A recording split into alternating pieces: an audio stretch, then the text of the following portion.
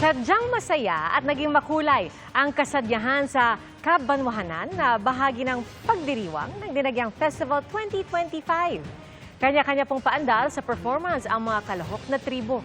At mula sa Iloilo City, nakatutuklay si John Sala ng GMA Regional TV. John?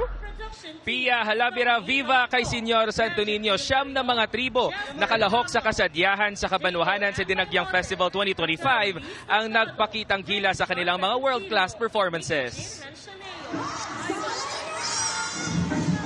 Mula simula hanggang sa pagtatapos, napawawa mga turista at manunood sa engranding performances ng mga tribo nakalahok sa kasadyahan sa Kabanwahanan 2025.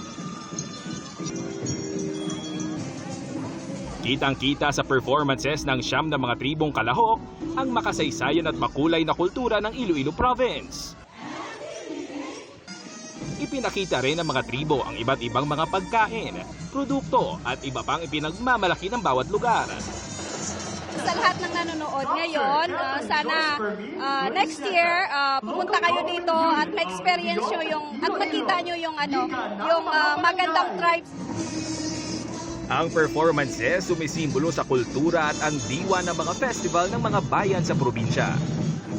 Sa lahat-lahat po na hindi pa po nakapag-experience na manood ng kasadyahan, I'm inviting everyone, to those who haven't experienced kasi po napakasaya and every performance po ng mga tribe is very amazing.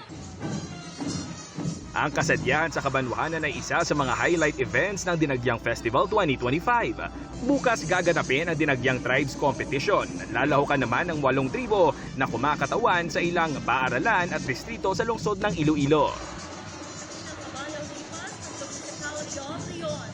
Pia, kitang-kita sa reaksyon ng mga manonood, lalo na ng mga turista na manghang-mangha sila sa ganda ng performances ng mga tribo. Kasi nga parang nag-joyride talaga tayo sa buong probinsya ng Iloilo dahil nga sa mga makukulay at world-class performances ng mga tribo sa kasadyahan sa Kabanwahanan. Yan ang latest dito sa Iloilo City. Balik sa inyo dyan, Pia. Viva! At madamo nga salamat, John Sala ng GMA Regional TV.